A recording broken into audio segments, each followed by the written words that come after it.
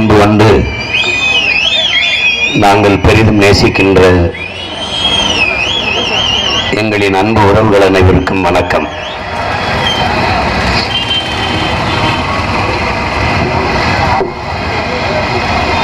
இந்த தேர்தல் களத்திலே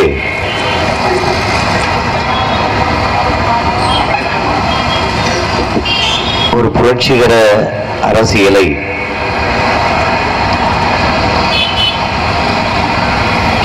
ஒரு மாற்றத்திற்கான மாபெரும் முயற்சியை உங்கள் பிள்ளைகள் முன்வைக்கிறோம். பணநாயகத்திற்கும் ஜனநாயகத்திற்குமான போட்டி இங்கே நடந்து கொண்டிருக்கிறது. தீய அரசியலை மாற்றி தூய அரசியலை மலரச் செய்கிற பெரும் முயற்சியில் உங்கள் பிள்ளைகள் நாங்கள் ஈடுபட்டுக் கொண்டிருக்கிறோம். உலகில் எத்தனையோ தேசிய இனங்கள்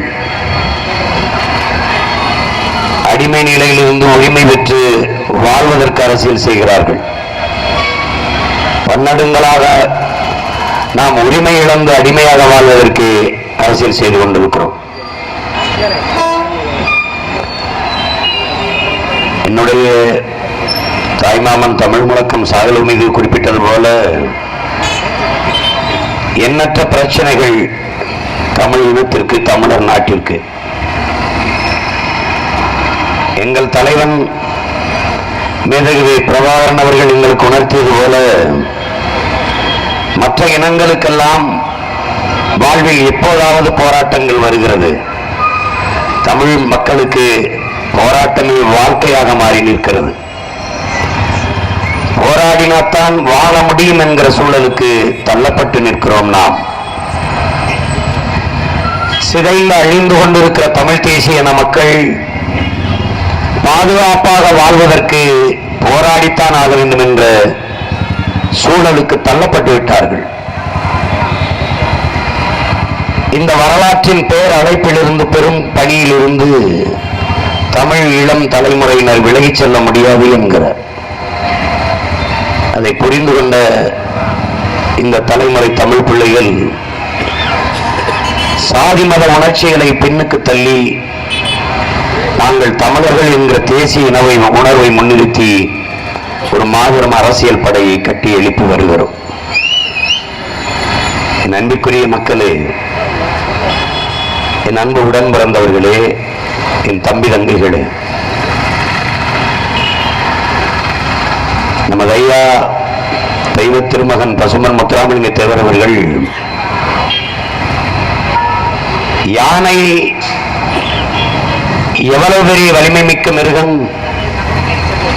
அது தன் வலிமை அறியாது மண்டியிட்டு போவான் வருவானை எல்லாம் முதுகில் தூக்கி சுமப்பதை போல வலிமை மிக்க இந்த இனம் வந்தவன் போனவனுக்கெல்லாம் அதிகார நாற்காலியை கொடுத்து விட்டு அடிமையாக வாழ்கிறது என்கிறார்.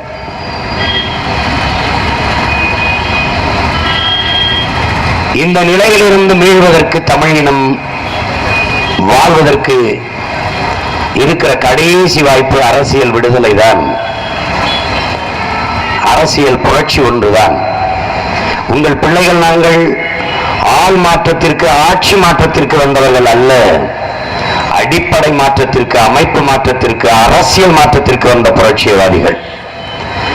கட்டிய கட்டடத்திற்கு வெள்ளையடிக்க வந்தவர்கள் அல்ல. நாங்கள் சீர்திருத்தவாதிகள் அல்ல. அந்த கட்டடத்தை இடித்துவிட்டு மறு கட்டடம் கட்ட வந்த புரட்சியவாதிகள் என்பதை என் அன்பு மக்கள் அறிந்து கொள்ள வேண்டும். இந்த தேர்தல் களத்தில் எல்லா தலைவர்களுடைய பேச்சுக்களையும் உரைகளையும் உற்று நோக்குங்கள், கவனியுங்கள். உங்கள் மீது யார் பேரன்பும் பெரும் அக்கறையும் கொண்டு பேசுகிறார்கள் என்பதை பாருங்கள்.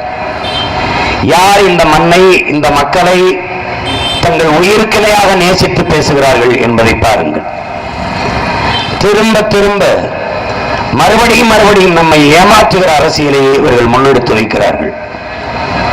யாராவது ஒருவர், ஒரு நேர்மையான அரசியல் ஆற்றல் ஒரு தலைவர், நாங்கள் ஓட்டுக்கு காசு கொடுக்க மாட்டோம் என்று உறுதியேற்று யாராவது ஒருவர் தேர்தல் களத்திற்கு வர தயாராக இருக்கிறார்களா? ஓட்டுக்கு ஏன் காசு கொடுக்கப்படுகிறது? நேர்மை இல்லை, உண்மை இல்லை, சத்தியம் இல்லை, அதனால் கொடுக்கப்படுகிறது. அடித்த கொள்ளையில் மக்களுக்கு பங்கு. தலைவன் நேர்மையாக இல்லை என்றால் மக்களை நேர்மையற்றவர்களாக ஆக்க வேண்டிய அவசியம் இருக்கிறது. எந்த கேள்வியும் கேட்பதற்கு மக்களுக்கு தகுதியோ உரிமையோ இல்லாத ஒழிக்க வேண்டிய தேவை அவர்களுக்கு இருக்கிறது. என் அன்பிற்குரிய சொந்தங்களே, என் அருமை பெற்றோர்களே, இந்தியாவில் எத்தனை மலைகள், அங்கெல்லாம் நீற்று ஆய்வு நடக்கக்கூடாத, செய்யக்கூடாத?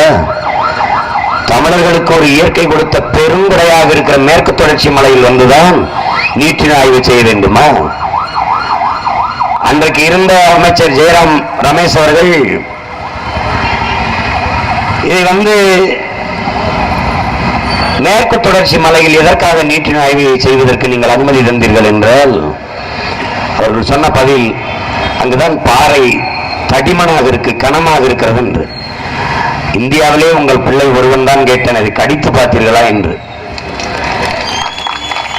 ஏன் நேர மலைகளை குறைய முடியாதா? எதற்காக இங்கு நடக்கிறது?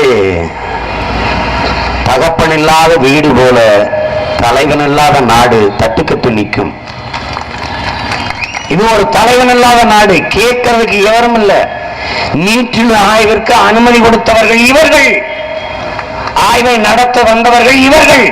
ஆனால் அதை எதிர்த்து போராடுவது போல நடிப்பதும் இவர்கள் தான். தமிழர் நாட்டிற்குள் எத்தனை பிரச்சனை. தூத்துக்குடியில் ஸ்டெர்லைட் ஆலை அனுமதி கொடுத்தது யார்? இவர்கள் தான். அணு உலை இடிந்த வரையில் 2 ஆண்டுகளுக்கு மேலாக போராட்டம், அனுமதி கொடுத்தது யார்? இவர்கள் தான். இதே அணு உலை ரஷ்யாவில் செர்னோபில் வெடிக்குது, பேரழிவு ஏற்பட்டு விட்டது. அப்போது அதிபராக இருந்த கோப்பச்சேவ் பேசுகிறார், என் அன்பு மக்களே, இது ரஷ்ய தேசத்திற்கு மட்டுமான இழப்பு மட்டுமல்ல, உலகிற்கேயான பேரழிவு என்கிற. நாம் இந்த விஞ்ஞானிகளை, அறிவியலாளர்களை நம்பினோம். இவர்கள் காப்பாற்றுவார்கள், நம்மளை ரட்சிப்பார்கள் என்று கைவிட்டு விட்டார்கள் என்கிற. செர்னோபிலில் அணு உலை வெடித்து 2 ஆண்டுகள் கழித்துதான் ஐயா ராஜீவ் காந்தி அவர்கள் இந்தியாவிற்கு இந்த அணு உலை ஒப்பந்தம் செய்து கொண்டு வருகிறார். அங்கே அணு உலை வெடித்த பிறகு பெரிய இரும்பு வேலியை போட்டு பல லட்சம் ஆண்டுகளுக்கு இதன் பக்கத்தில் யாரும் வராதீர்கள் என்று எழுதி வைத்து விட்டு போனார். ஜப்பானில் புகுஷிமாவில் இதே போல வெடித்தது. ஒரு பேரழிவு. அங்கே ஒரு தாய் சொல்லுகிறாள், என் அன்பிற்குரிய பெற்றோர்களே, என் அருமை தம்பி தங்கைகளே, வீட்டு ஜன்னல் கதவை திறந்து விட்டால் முன்பெல்லாம் மலர்களில் இருந்து வருகிற மகரந்த வாசம் அடிக்கும், இப்போது சீசிய வாசம் அடிக்கிறது என்கிறது, கந்தக வாசம் அடிக்கிறது என்று. ஒரு பேரிடர் நிகழ்ந்தால் எங்களை எப்படி காப்பாற்றுவீர்கள்? அதற்கு பதில் இல்லை. அணுகுண்டு மேலே அமர்ந்திருப்பதும் அணு உலைக்கரையில் குடியிருப்பதும் 2 ஒன்றுதான் என்கிறார்கள் அறிஞர்கள். ஆனால் அணு உலை வெடித்து ஒரு பேரிடர் நிகழ்ந்தால் எப்படி எங்களை காப்பாற்றுவீர்கள்? பேரிடர் மேலாண்மை என்று ஒன்று இந்தியாவில் உண்டா? இல்லை. குரங்கணியில் தீப்பிடித்து எரிந்தது. சின்ன சின்ன நாடுகள் எல்லாம் இப்படி ஒரு இயற்கை பேரிடர் நிகழ்ந்தால் சின்ன விமானம், தட்டான் பூச்சி போல ஒரு கிளைடர் விமானம் வச்சிருக்கான், சரசரன்னு பறந்து போய் பொடியை தூவி தண்ணீரை தூவி அணைச்சிடறான். ஆனால் ஒரு வல்லாதிக்க கனவில் வாயிலேயே பேசிக் கொண்டிருக்கிற என் நாடு, மிகப்பெரிய துணைக்கண்டம், ஒரு பெரும் தேசம், 7 நாட்கள் தானாக எரிந்து அணைந்தது. காப்பாற்ற வரல. நாட்டின் பாதுகாப்புத்துறை அமைச்சர் அம்மையார் நிர்மலா சீதாராமன் கேட்டா, இருட்டில் போய் எப்படி தேடுறதுங்கிறாங்க. இப்ப எனக்கும் சீனாவுக்கு இருட்டில் போற இருந்துச்சுன்னா விடிய காலம் வச்சுக்கிறோம், ராத்திரியில வேண்டாம் சண்டை இல்லைங்களா? எப்படி புரியல? எப்படி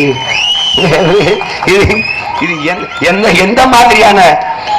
எந்த மாதிரியான போக்கு? எப்படி இது?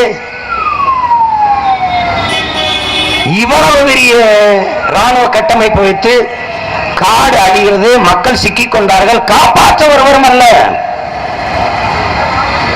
அவர்கள்தான் இப்போது நம்ம இடத்துல வாக்கு கேட்டு வருகிறார்கள். கவனத்தில் வச்சுக்கணும்.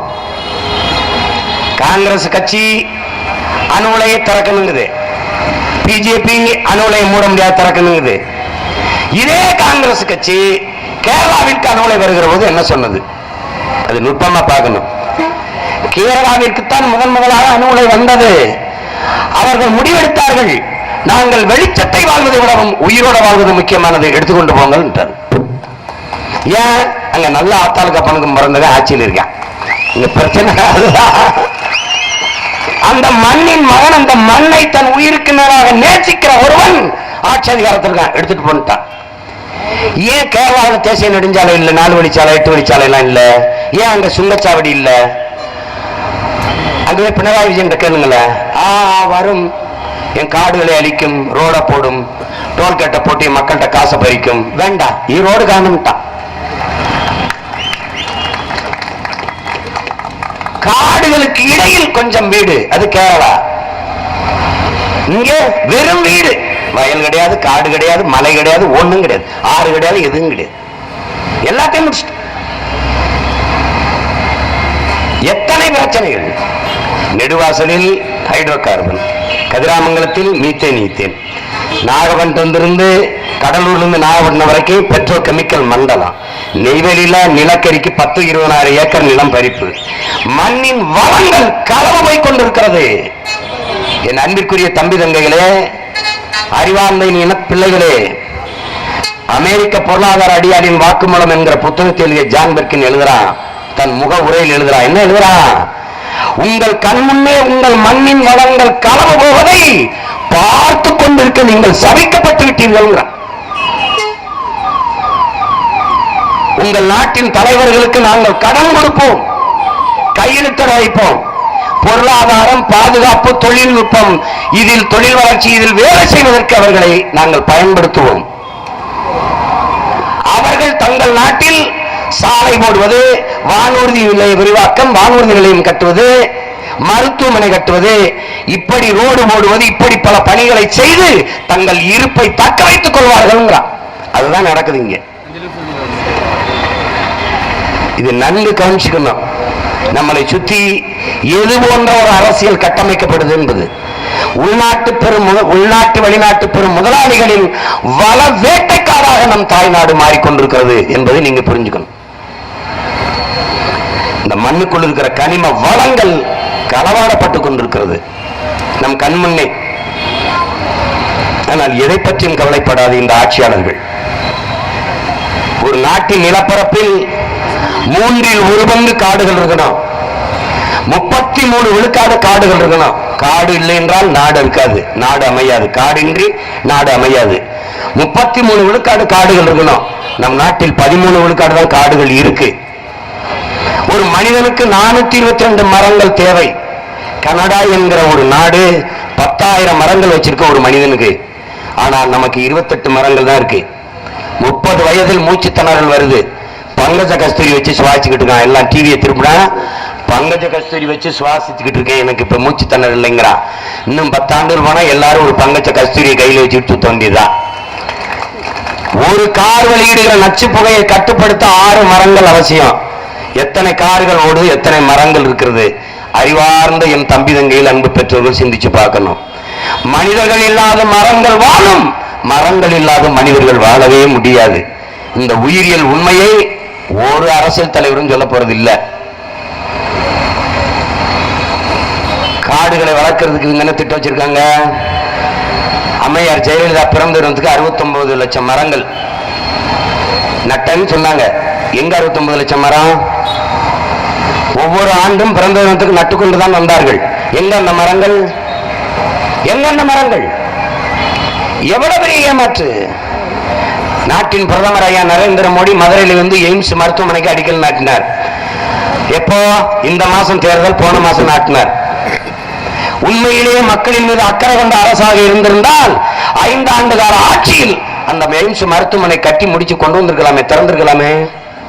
அப்ப 2010 மருத்துவ அமைச்சராக இருந்த ஐயா அன்புமணி அடிக்கல் நாட்டினாரு. அந்த கல் என்னாச்சு?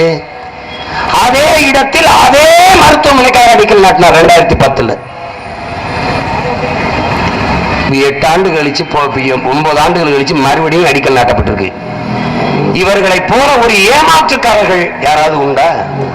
திட்டமிட்டு ஏமாற்றுவர்களுக்கு மக்கள் திரும்ப திரும்ப அதிகாரத்தை கொடுப்பது போல ஒரு பைத்தியக்காரத்தனம் ஏதாவது உண்டா? தமிழின மக்கள் மானத்திற்காக உயிரை விட்ட மக்கள். என் இன மக்கள்கிட்ட ஒரே ஒரு பிரச்சனை தான், அடர்த்தியான வறுமை, மீள முடியாத வறுமை, அந்த வறுமையின் குழந்தையாக இருக்கிற அறியாமை, அறியாமையின் குழந்தையாக இருக்கிற மறதி, இது மூன்றையும் முதலீடாக வைத்து இவ்வளவு காலமாக இவர்கள் ஆட்சி அதிகாரத்தில் இருந்துட்டாங்க.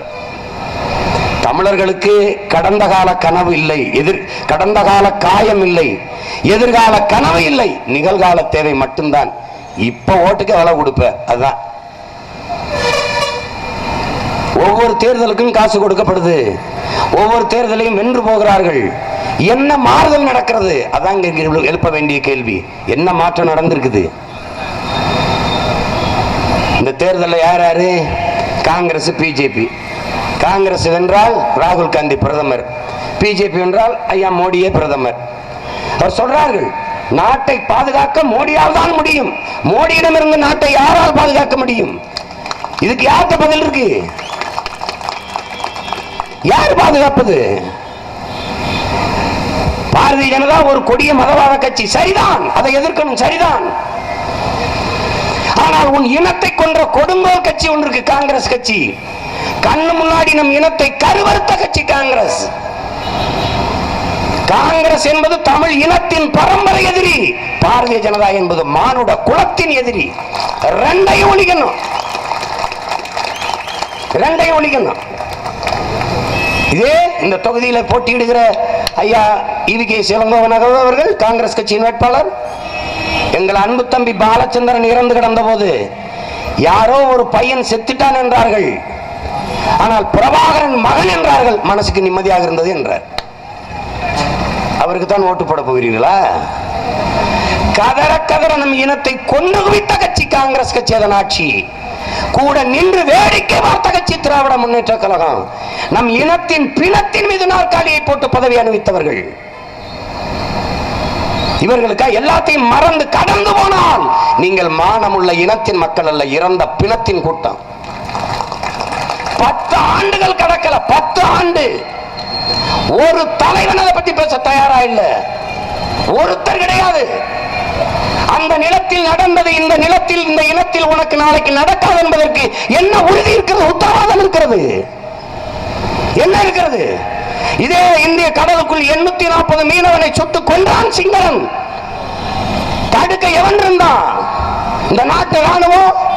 சிங்கள ராணுவ வீரர்கள் இந்திய மீனவனை தாக்க வந்தார்கள், தடுத்தோம், பிடித்தோம். ஒரு செய்தி. மீனவர்களை சுட்டுக்கொள்ள வரும்போது இலங்கை கடற்படை ராணுவத்தை தடுத்தோம், அதோடு சண்டையிட்டோம். ஒரு செய்தி. அவர் எதுக்கு அங்க நிக்குது? பாதுகாப்பு பணி. யாரிடம் இருந்து யாரை பாதுகாக்க? சொந்த நாட்டு மக்களை காப்பாற்ற முடியாத ராணுவம். அறிவார்ந்த மக்கள் சிந்திக்க வேண்டாமா? சொந்த நாட்டு மக்களை சுட்டுக் கொள்கிற ராணுவ வீரனுக்கு பயிற்சி, அவனுக்கு துப்பாக்கி, அவனுக்கு பணம். நாட்டு குடிகளில் 840 மீனவனை சுட்டுக் கொன்ற நாட்டை உலகத்தில் எந்த நாடு நட்பு நாடு என்று சொல்லும்? இந்த நாடு தான் சொல்லும். பாகிஸ்தான் பகை நாடு, விளையாட்டுல கூட ஒன்னா இருக்கிறதுல இந்தியாவோட. ஆனால் எல்லை தாண்டி வந்தான் என்று ஒரு மீனவனை பாகிஸ்தான் சுட்டதாக செய்தி படித்ததுண்டா? ஆனால் நட்பு நாடு என்று சொல்லி 840 மீனவனை சுட்டுக் கொண்டிருக்கான் சிங்கள. கேட்க துப்பு இல்ல, நாதி இல்ல. பாகிஸ்தான்ல இருந்து ஒருத்தர் வந்துட்டா எல்லை தாண்டிய தீவிரவாதம். ஆமா, ஆனால் எல்லை தாண்டி வந்து சிங்கள ராணுவம் மீனவனை சுடுது, அது எல்லை தாண்டிய பயங்கரவாதம் இல்லையா? அதை கேட்கறதுக்கு ஒருத்தனும் இல்ல. ஆந்திர காட்டுக்குள்ள 20 பேரை சுட்டு போட்டான். அவன் செஞ்ச குற்றச்செயல் என்ன? செம்மர கட்டையை வெட்ட வந்தான். ஏன்? பசி, பசி, வறுமை, வறுமை. இந்த வறுமையில வச்சது யாரு? இந்த ஆட்சியாளர்கள் தான். ஒரு மரக்கட்டையை வெட்ட போனான்னா வெட்டும் போது பிடிச்சியா? இல்ல, சுட்டு கிடந்த போது நாங்க பார்த்தோம் 20 பேரை காட்டுக்குள்ள. என் அன்பு மக்களே, அதே காட்டுக்குள்ள 4 மயிலை சுட முடியுமா? 2 காட்டு எருமையை சுட்டு போட்டிருக்க முடியுமா? 2 புலியை சுட்டு போட்டிருக்க முடியுமா? 2 யானையை சுட்டு போட்டிருக்க முடியுமா? கொந்தளிச்சிருக்கும் உலகம். ஆனால் 20 தமிழனை சுட்டு போட்டான். கேட்க நாதி கிடையாது. ஒருத்தன் கேட்டானா? கேட்ட ஒரே ஒரு பிள்ளை உங்கள் பிள்ளைகள் நாங்க தான். ஒருத்தன் கேட்கல. ஒரு அற்ப மரக்கட்டைக்கு இருக்கிற மதிப்பு மனித உயிருக்கு இல்லையா என்று எவனும் கேட்கல. நாங்க தான் கேட்டோம். நாதியற்று போயிடுச்சு. தூத்துக்குடியில் மனு கொடுக்கத்தான் நமது மக்கள் வந்தார்கள். மனு மாவட்ட ஆட்சியர் வரிசையா நின்று ஒரு 5-6 பேர் வாங்க மனு கொடுத்துட்டு போங்கன்னு சொல்லியிருக்கலாம். திட்டமிட்டு சுட்டு 13 பேரை கொண்டான். திட்டமிட்டு என்ன நடந்தது? எதிர்த்து போராடியவர்களை சமூக விரோதி என்று சிறைப்படுத்தினார்கள். 600க்கும் மேற்பட்ட வழக்கை உங்கள் பிள்ளைகள், நாம் தமிழர் கட்சி பிள்ளைகள் தாங்கி நின்னோம். எத்தனை பேர் மேல குண்டா சட்டம் பாய்ச்சினார்கள்? கேட்க நாதி கிடையாது. ஐயா ராகுல் காந்தி வருத்தம் தெரிவிச்சாரா? இல்ல நாட்டின் பிரதம அமைச்சர் மோடி அவர்கள் ஒரு வருத்தம் தெரிவிச்சாரா? ஆனால் வாக்கு வேணும், தமிழன் வாக்கு வேணும். அது வாய்களையும் வந்துருவாரு. அறிவார்ந்த மக்கள் இதை சிந்திச்சு பார்க்கணும். எல்லாத்தையும் மறந்துட்டு மறுபடியும் மானம் கட்டதாம அவங்களுக்கு ஓட்டு போட்டு இருக்கிறது மாதிரி ஒரு ஈனத்தனம் எதுவுமே கிடையாது. அதை புரிஞ்சுக்கணும். எதற்காக உனக்கு காங்கிரஸ் கட்சி? எதுக்கு பாரதிய ஜனதா? சொல்லுங்க, எதுக்கு? உன் உணர்வுக்கு நின்றுக்கா? கச்சத்தீவு மீட்டு எடுக்கணும். திமுக சொல்லுது மீட்டு எடுக்கணும். எடுப்போம். 50 வருஷமா சொல்லிட்டு இருக்குது எடுப்போம். அதிமுக சொல்லுது எடுப்போம். ஆனால் இவர் கட்சியின் பிரதம வேட்பாளர் கொடுத்ததான் திருப்பி எடுக்கணுங்கிற பேச்சுக்கு இடம் இல்லைங்கிறது. ராகுல் காந்தி கேளுங்க, கச்சத்தீவுல உங்க நிலைப்பாடு என்ன? அணு உலையில உங்க நிலைப்பாடு என்ன? ஸ்டெர்லைட்ல உங்க நிலைப்பாடு என்ன? ஈழ விடுதலை, தமிழர்களுக்கு என்று ஒரு தாயக விடுதலை போராட்டம், அதுல உங்க நிலைப்பாடு என்ன? காவிரி நதிநீர் உரிமை, அதுல உங்க நிலைப்பாடு என்ன? காங்கிரசின் கருத்து என்ன? பாரதிய ஜனதாவின் கருத்து என்ன? முல்லை பெரியாற்று நதிநீர் உரிமை, அதுல காங்கிரசின் கருத்து என்ன? பாரதிய ஜனதாவின் நிலைப்பாடு என்ன? எதற்காக இவர்கள் உங்களுக்கு? எதுக்கு இந்த கட்சி? எதுக்கு ஓட்டு போடணும் மோடிக்கு? அவர் தான் பிரதமர் ஆவாரு. இனி இவங்க எல்லாம் நினைக்கிறது, அப்ப ராகுல் காந்தி மோடியை விட்டா யாரு? 2 பேரை விட்டால் ஆக சிறந்தவன், மிக நல்லவன் இந்த நாட்டை ஆள வாய்ப்பு இருக்கு. 130 கோடி மக்கள்ல 2 பேர் தானா? வேற தகுதியானவனே இல்லையா இந்த நாட்டில்? இல்லையா? அப்படி கட்டமைக்கப்படுது. ஒற்றை கட்சி ஆட்சி முறையை ஒழிக்காத வரை இந்தியா உருப்படாது. காங்கிரஸே ஆள்றது, பாரதிய ஜனதாவே ஆள்றது, 2ஐயும் ஒழிக்கணும். அந்தந்த மாநில மக்கள், அந்தந்த மாநில கட்சிகள் வெல்லணும். இந்தியாவை யார் ஆளுவது? கோடி பேசி ஆளணும். நான் இல்லாம அவன் ஆள முடியாது, அவன் இல்லாம நான் ஆள முடியாது. அப்போதுதான் மத்தியிலே கூட்டாட்சியும் மாநிலத்தில் தன்னாட்சியும் தானாக மலரும். எல்லா மொழிவழி தேசிய மக்களின் உரிமை பாதுகாக்கப்படும். இதே முல்லை பெரியாற்றுல தண்ணி கேட்கும் போது அடிச்சு கேரளாவில் இருந்து மலையாளிகள் நம்மளை விரட்டினாங்க. சொந்த நாட்டுக்குள்ள அகதியா வந்தோம், மலை மேல போய் நின்னோம். மறந்துட்டீங்களா? அன்னைக்கு இந்த காங்கிரஸ் கட்சியின் கருத்து, இந்த பாரதிய ஜனதா கட்சியின் நிலைப்பாடு என்ன? கர்நாடகாவில் காவிரியில தண்ணி இருக்கும்போது அடித்தான். நம்ம அப்பா வயதை ஒருத்தவரை அரை நிர்வாணம் அணிக்க வச்சு அடித்தான். மூட்டை முடிச்ச கட்டிக்கிட்டு லட்சக்கணக்கான மக்கள் நடந்தே தமிழ்நாட்டுக்குள்ள வந்தாங்க அகதி போல. அன்னைக்கு இந்த கட்சிகளின் கருத்து என்ன, நிலைப்பாடு என்ன? எப்படி எல்லாவற்றையும் சகித்துக் கொண்டு நின்றார்கள்? ஏன்? அடி வாங்குவன் தமிழன், சாபவன் தமிழன். தமிழர்களின் ரத்தத்தை, மரணத்தை ரசிக்க ருசிக்க பழகி கொண்டார்கள் இவர்கள். தஞ்சாவூர்ல கஜா புயல்ல பாதி நாடு அழிஞ்சிருச்சு. ஐயா ராகுல் காந்தி வந்து பார்த்தாரா? ஐயா மோடி அவர்கள் வந்து பார்த்தாரா? 30 நாளில் 4 முறை ஓடி வருகிறார் ஓட்டு கேட்டு, வெக்கம் இல்லாம. நாட்டின் முதல் குடிமகன் ராம்நாத் கோவிந்த், இந்த நாட்டின் குடிகளின் தலைவர், குடியரசுத் தலைவர் தமிழ்நாட்டிற்கு முதலாக வருகிறார். எதற்காக? தூத்துக்குடி துப்பாக்கி சூட்டுக்கா? இல்ல தானே புயல், கஜா புயல் அழிஞ்சதுக்கா? இல்ல ஓகி புயலை பார்க்கவா? எதற்காக? எதுக்கு வந்தார்? சக்கி வாசுதேவ் நடத்துற சிவராத்திரிக்கு உடுக்கடிக்க வருகிறார்.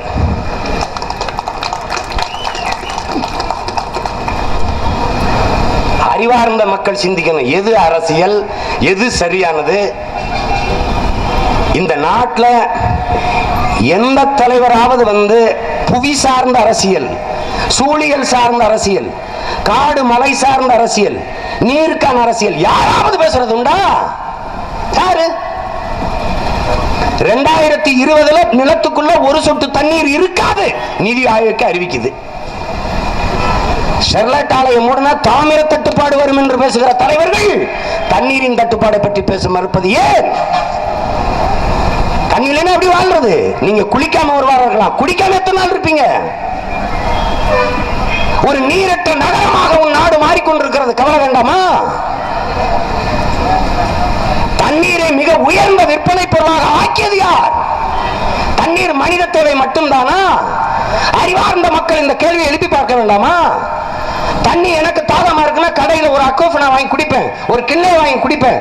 பூச்சி என்ன செய்யும்? வண்டு என்ன செய்யும்? காக்கை என்ன செய்யும்? கொக்கை என்ன செய்யும்?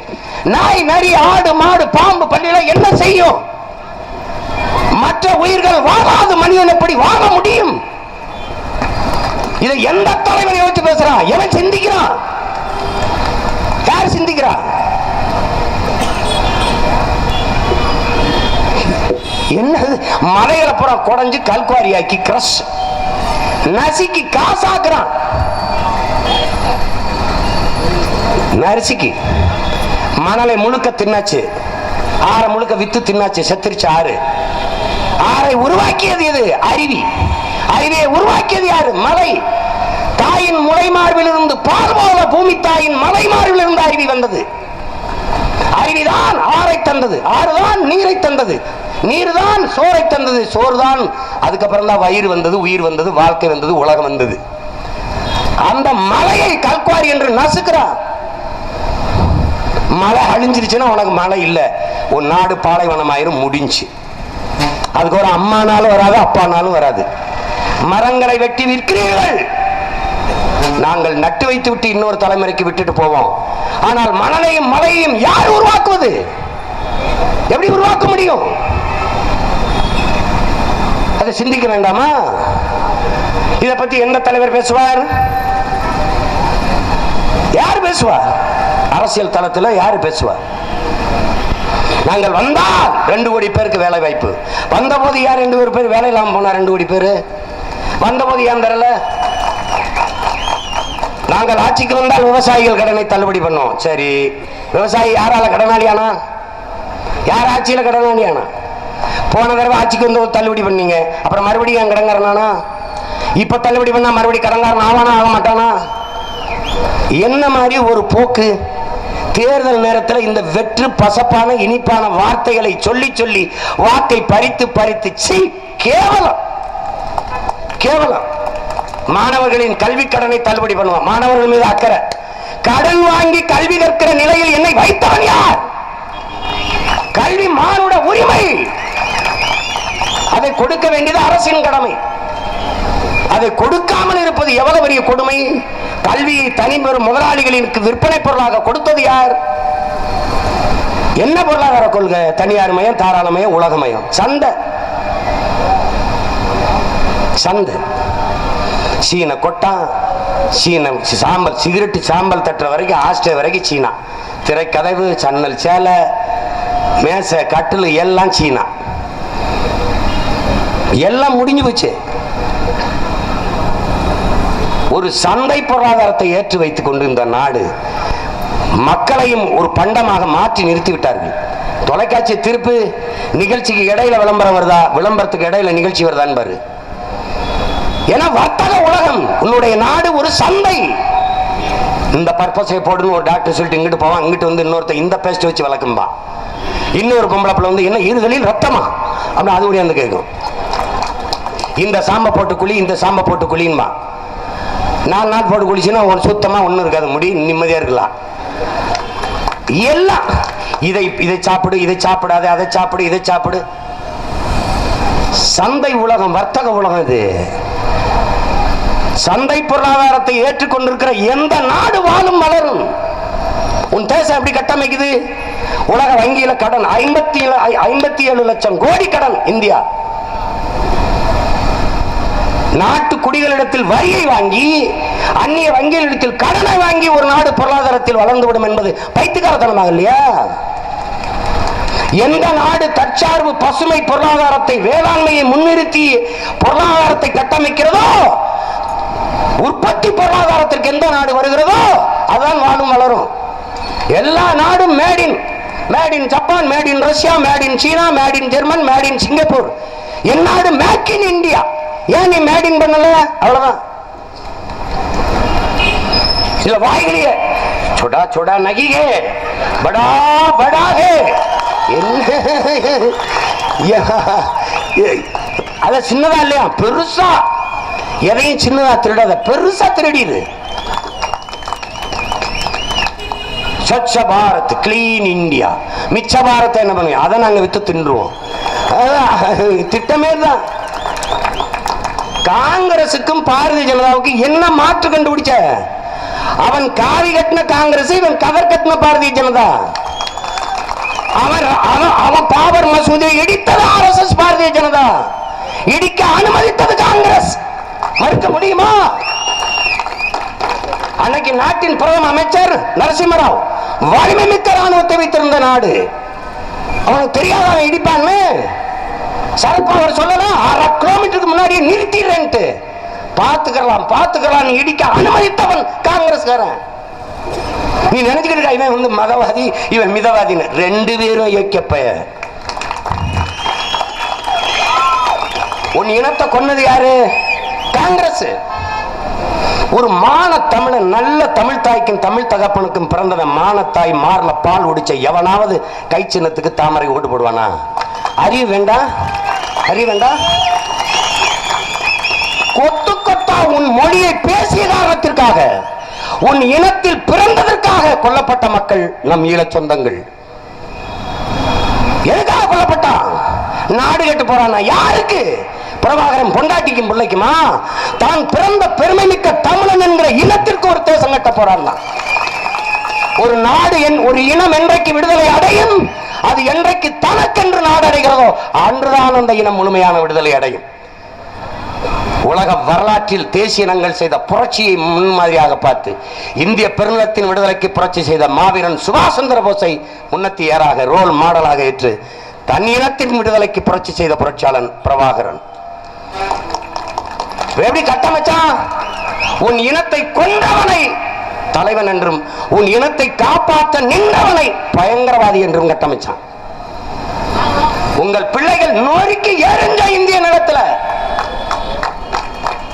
இந்திய அரசியல் தளத்துல எந்த புலிக்கொடியை இறக்கி நீ நினைச்சியோ அதே புலிக்கொடியை ஏந்தி வாக்குகிறேன். எந்த தலைவனை நீ பயங்கரவாதி என்று சொல்லியோ அவனையே இனத்தின் தலைவன் என்று பதாகையில் பொறித்து வாக்குகிறேன். ஒன்னும் நீ பண்ண முடியாது. நீ இல்லைங்க,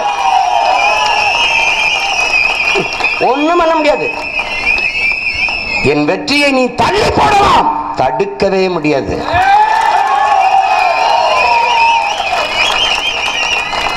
நாங்கள் சாகடிக்கப்படலாம், ஒருபோதும் தோற்கடிக்கப்பட மாட்டோம் என்பதை அறிவார்ந்த மக்கள் புரிந்து கொள்ளுங்கள்.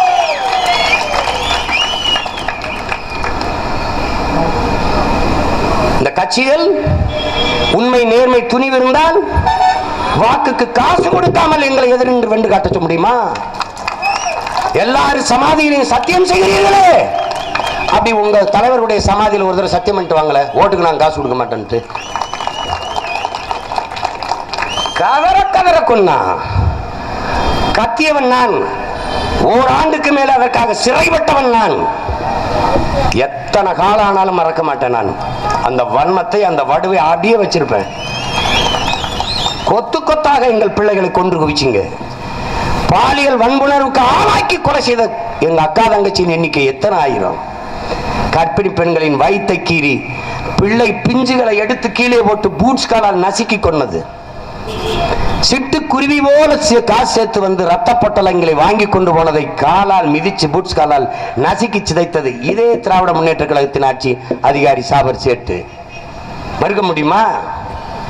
என்னென்ன துரோகங்களை எங்களுக்கு செஞ்சீங்க. நீங்க கொன்னு முடிச்சிட்டீங்க, மொத்தமா முடிச்சிட்டீங்க. நாள்கிட்ட 2,80,000 ராணுவ வீரனா 2 லட்சம் பேரும் என் தாய் நிலத்தில் தான் நிக்கிறான். ஈழத்துல ஒரு ஆளுக்கு 4 ராணுவ வீரன். என்ன வாழ்க்கை கொடுத்திருக்க எனக்கு? வீடு இல்ல, மர நிழலையும் தகர சீட்டு கடையில என் மக்கள் வாழ்ந்து கொண்டிருக்கான். பிச்சைக்காரர்கள் போல என் இனத்தை நிறுத்தி விட்ட. என் நிலம் முழுமைக்கும் நீ சிங்கள குடியேற்றத்தை செய்து ஆக்கிரமிச்சிட்ட. எங்களை அடிச்சு விரட்டிட்டு தமிழர்கள் வாழ்ந்த இடமே தடமை இருக்கக்கூடாது என்று முடிவு பண்ணிட்டான். இதை தடுக்க இந்த அரசு செய்தது, இந்த நாடு செய்தது. அதை பேசவே மாட்டான். 2G அலைக்கற்றை ஊழலுக்காக 30 நாட்கள் 1 மாத காலம் பாராளுமன்றத்தை முடக்கியது பாரதிய ஜனதா. ஆனால் ஈழத்திலே என் இன மக்கள் கொல்லப்படும் போது அதை பற்றி பதிவு செய்த ஒரு வார்த்தை உண்டா? எல்லோரையும் போல எலும்பும் நரமும் பசியும் உறக்கமும் கனவும் கண்ணீரும் ரத்தமும் சதையுமான மனிதன் கொல்லப்படுகிறானே, சக மனிதன் சாவு, அதை எப்படி உங்களால் சகித்துக் கொள்ள முடிந்தது? ஒருத்தர் பதிவு செய்தது உண்டா? ஏன் சாபவன் தமிழன் சாகலாம் என்று சகித்துக் கொண்டார்கள். மறுபடியும் மறுபடியும் அழித்து ஒழிப்பவனுக்கே அதிகாரம் கொடுக்கிற கூட்டம் எப்படி வாழும்? எங்களுக்கு என்ன வந்தது? இந்த கட்சி ஆரம்பிக்கணும், தேர்தல் நிக்கணும்ட்டு என்ன வந்தது? ஏன் இப்படி கத்தணும்? உங்க கூட பிறந்துட்டோம், உங்க வயிற்றுல இருந்து வந்துட்டோம், விட்டுட்டு போக முடியல. நீங்க எக்காடு கட்டா எங்களுக்கு என்னன்னு போக முடியல.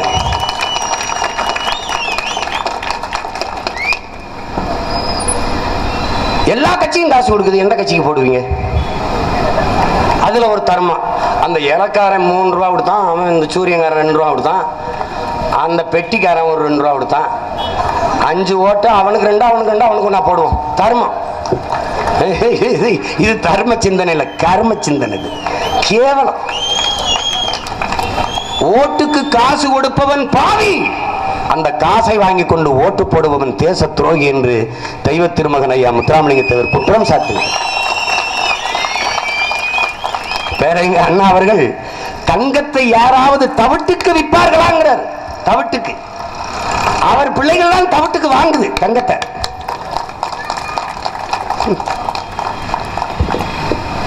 நேர்மை இல்ல, உண்மை இல்ல, செத்து போச்சு கட்சி. இந்தி தமிழ்நாட்டிலே ஒரே ஒரு கட்சி, பெரிய கட்சி, நாம் தமிழர் கட்சி மட்டும்தான்.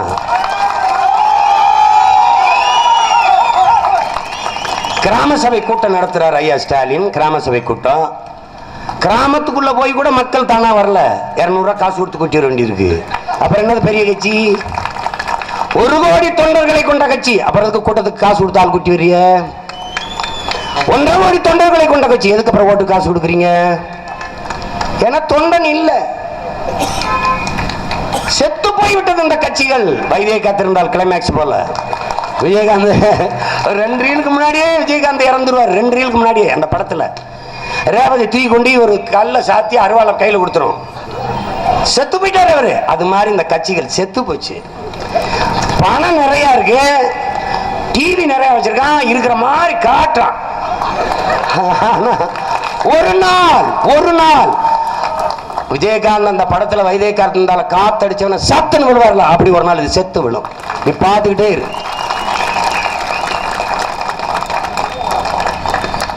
ஒண்ணு கிடையாது, ஒரு அரசியல் இல்ல, ஒரு தத்துவம் இல்ல, எதையும் புதுசா சொல்றதுக்கு இல்ல. உங்கள் பிள்ளை வந்தால் செய்வோம், வந்தால் செய்வோம். என்ன இப்பத்தான் வாரியல, ஏற்கனவே வந்த போது ஏன் செய்யல? நாங்க சொல்லலாம் வந்தால் செய்யறோம், ஏன்னா வரல, வந்தா செய்யறோம். நீங்க தான் வந்தியல, அப்ப ஏன் செய்யல? அப்ப ஏன் செய்யல? வந்தால் டாஸ்மார்க்கை மூடுவோம், வந்த போது ஏன் மூடல? வாய மூடுவோம். இப்படி கேட்டால் வாய மூடுவோம். எப்படி? என்ன கொடுமையா இருக்கு. சரி டாஸ்மார்க் அப்புறம் மூடுங்க, இப்ப நீங்க காய்ச்சற ஆலைகளை மூடுங்கன்னா நோ.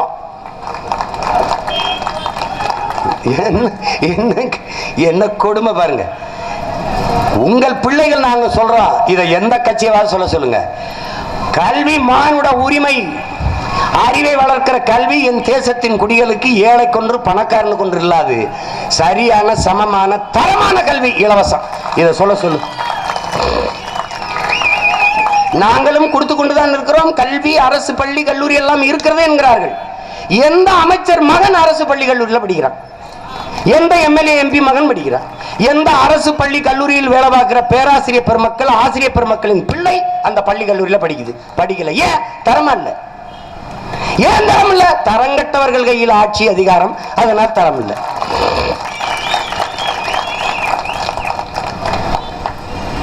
மருத்துவமனை,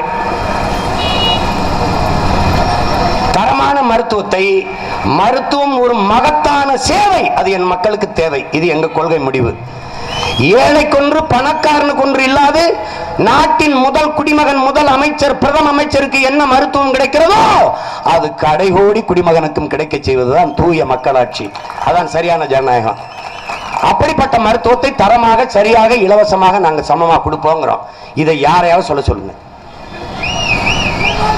அரசு மருத்துவமனைகள் இருக்கிறது, ஆனால் எந்த அமைச்சர் அங்க விடுத்து மருத்துவம் பார்க்கிறார்? ஐயா கலைஞருக்கு உடம்பு முடியல, ஏன் போய் அரசு மருத்துவமனையில் படுக்கல? அம்மையார் ஜெயலலிதா எதுக்கு அப்போலோ மருத்துவமனையில் படுக்கணும்? ஐயா எம்ஜிஆர் எதுக்கு அப்போலோ மருத்துவமனையில் படுக்கணும்? ஏன் அரசு மருத்துவமனையில் படுக்கல? தெரியும், 70 நாள்ல போன உயிர் 7 நாள்ல போயிரும் தெரியும். ஏன் அப்படி தரம்? மருத்துவமனைகள் தரமாக இருந்தால் தெருக்களில் மருந்து கடைகள் குறைவாக இருக்கணும். மருந்து தரமாக இருந்தால் நாட்டில் மருத்துவமனைகள் குறைவாக இருக்கணும். ஆனால் ரெண்டு இல்ல, பெருகி கொண்டே போகுது. ஏன்? நோயாளிகளை உருவாக்குறது இந்த நாடு. நோயாளிகளை உருவாக்குது. குடிக்கிற நீரில் இருந்து, சுவாசிக்கிற காற்றிலிருந்து, உண்ணுகிற உணவை எல்லாவற்றையும் விஷமாக்கி நோயாளிகளை உருவாக்குகிறார்களே அன்பு மக்களே. தொட்டதுக்கெல்லாம் பெண்களுக்கு மார்பு புற்று. எப்ப கேள்விப்பட்ட? பிரைன் டெட்டுங்கிறான், மூளை காய்ச்சல். என்னைக்கு நீங்க கேள்விப்பட்ட அந்த சொல்ல? அது மூளைக்கு மட்டும் தனியா காய்ச்சல் வருது. நீ போயிட்டீங்கன்னா மூளை காய்ச்சல் உன்னை உற்பத்திருப்பான், பதிவு பண்ணி வச்சிருப்பான். யாருக்கு சிறுநீரகம் கிட்னி வேணும், யாருக்கு இதயம் வேணும், அவன் பதிவு பண்ணி வச்சிருப்பான். பணக்கார ஒரு பட்டியல் வச்சிருப்பான். டிக்கடிச்சு ஒருத்தன் சிக்கிருக்கான் வாங்கம்பான். அந்த உடனே அறுத்து ஒட்டி விட்டு போயிடுவான். ஏய்,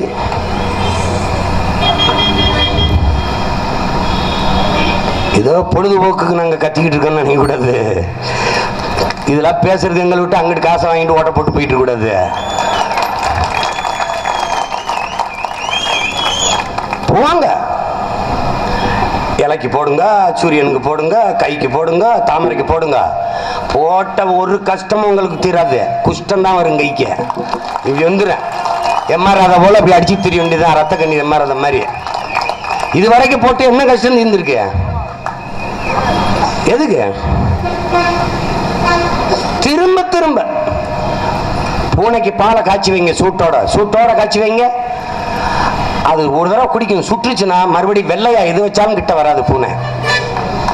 எத்தனை தடவை சூடுபடுறீங்க? 50 ஆண்டுகளா சூடுபடுறீங்க. அப்ப பூனைக்கு இருக்கிற அறிவு நமக்கு வேணாமா? வர வேணாமா? மறுபடியும் இவங்களுக்கு ஓட்டு.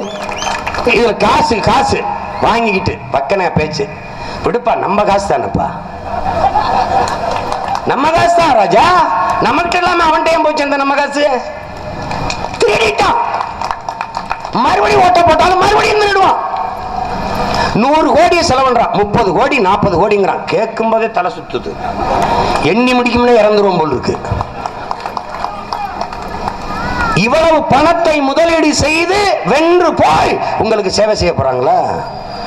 அவ்வளவு நல்லவர்கள் என்ன கடவுளின் அவதாரங்கள் அவங்கெல்லாம்? மக்களுக்கு சேவை செய்ய காசு எதுக்கு என்கிட்ட கேட்கிறேன்? காசு இல்லாம எப்படி சீமா இது பண்ணுவீங்க? பணம் இருப்பவன் தான் அரசியல் செய்ய முடியும் என்கிற நிலையை ஒழிப்பதுதான் புரட்சி. ஒரு கேடுகட்ட பணநாயகத்தை ஒழித்து மாண்புமிக்க ஜனநாயகத்தை மலர செய்வதுதான் மகத்தான அரசியல். பணம் எதுக்கு? மக்களை ஏமாற்றுவதற்கு தான் அது செய்வான். என் மக்கள் மின்சாரத்துக்கு காசு கொடுத்துறான், கல்விக்கு காசு கொடுத்துறான், மருத்துவத்துக்கு காசு கட்டிடுறான், சாலை ஓடுதல் பராமரித்தலுக்கு காசு கொடுத்துறான், குடிநீர் விநியோகத்துக்கு காசு கொடுத்துறான். இதையெல்லாம் மக்கள் தந்து விடுகிறார்கள். அதை வாங்கி பொதுமைப்படுத்தி சரியாக, சமமாக, தரமாக என் மக்களுக்கு நலத்திட்டங்களாக பிரித்து செயல்படுத்துவதற்கு தான் ஒரு அரசை நாம் நிறுவனம். ஆனா எல்லா காசையும் வாங்கி இது தின்னுட்டு மருத்துவத்தை தனியாட்ட வாங்கிக்க, கல்வியை தனியாட்ட வாங்கிக்க, குடிநீர் கடையில் வைக்க வாங்கிக்க. அப்ப நீ என்ன புடுங்கிறதுக்கா இருக்க? உன் வேலை என்ன? உன் வேலை என்ன? அரசினுடைய வேலை என்ன? போக்குவரத்து தனியார் நடத்திடுவாரு.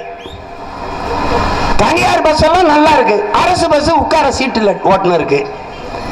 அரசு பேருந்துகளில் மழை காலத்தில் என் அம்மாவும் தங்கையும் கொலையை பிடிச்சு கொண்டு போறார்கள். ஏன்? ஓட்ட.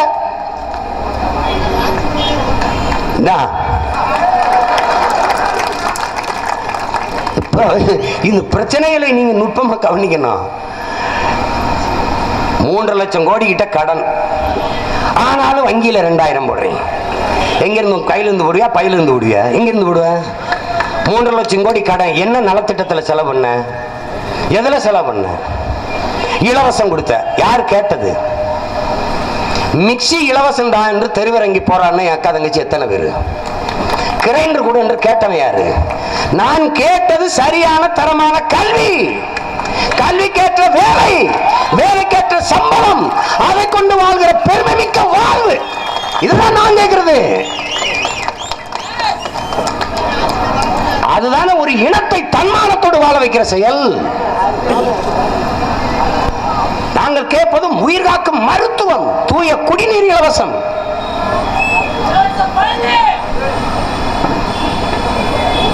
எல்லாவற்றையும் தனியாற்ற கொடுத்துருது.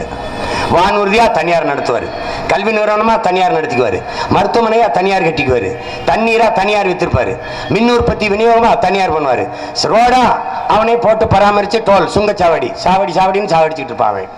50 கிலோமீட்டருக்கு 50 ரூபா. நான் ஒரு கார் வாங்கினேன், நான் கேட்டேன், எவனுமே பதில் சொல்ல. நான் ஒரு கார் வாங்கினேன், 3 லட்சம் ரூபாய் சாலை வரி, ரோடு டாக்ஸ் கட்டிருக்கேன், 3 லட்சம் ரூபாய். ஆனாலும் 50 கிலோமீட்டருக்கு 50 ரூபாய் கப்பம் கட்டுறேன். நான் என்ன கேட்டேன்னா, 3 லட்சம் ரூபாய் ரோடு டாக்ஸ் எடுத்துல, சாலை வரி, எந்த சாலையில் ஓட்ட என்ற வரி எடுத்த? அந்த சாலையை காட்டு, அதுல மட்டும் ஓட்டிட்டு இருக்கேன்.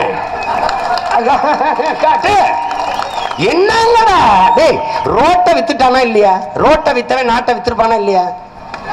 வித்துட்டான். ஜப்பான் முதலாளி வா, கொரியன் முதலாளி வா, ரஷ்ய முதலாளி வா, அமெரிக்கா முதலாளி வா, எல்லாரும் வா, இந்தியாவில் தயாரி. நீ நான் உட்கார்ந்துருக்கேன், கையெழுத்து போட்டு கமிஷன் வாங்கிட்டு இருக்கேன்.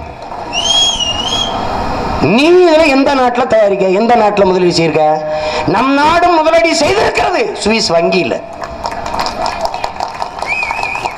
இது இது இது ஆனா கேட்கிற பாருங்க, நான் வளர்கிறேனே மம்மி அப்படின்னு வந்து ஹார்லிக்ஸ் விளம்பரத்தில் வருவாங்க ஒருத்தன், நான் வளர்கிறேனே மம்மி அப்படின்னு. ஒரு பக்கம் ஐயா மோடி, நாங்கள் டெவலப் ஆகிறோம், ராகுல் நாங்கள் டெவலப் ஆகிறோம். ஒரு நாள் ஒன் டெவலப் டன்ல டயர் மாதிரி வெடிக்க போகுது பாரு. நீ என்ன டெவலப் ஆகிற? நீ என்ன டெவலப் ஆகிற? உனக்கிட்ட சிற்றூர்களின் பொருளாதார வளர்ச்சிக்கு திட்டம் இருக்கா? கிராமங்கள் காலியாகி நகரங்கள் பிதுங்கி வலிக்கிறது, தடுக்க திட்டம் இருக்கா? திட்டம் இருக்கா?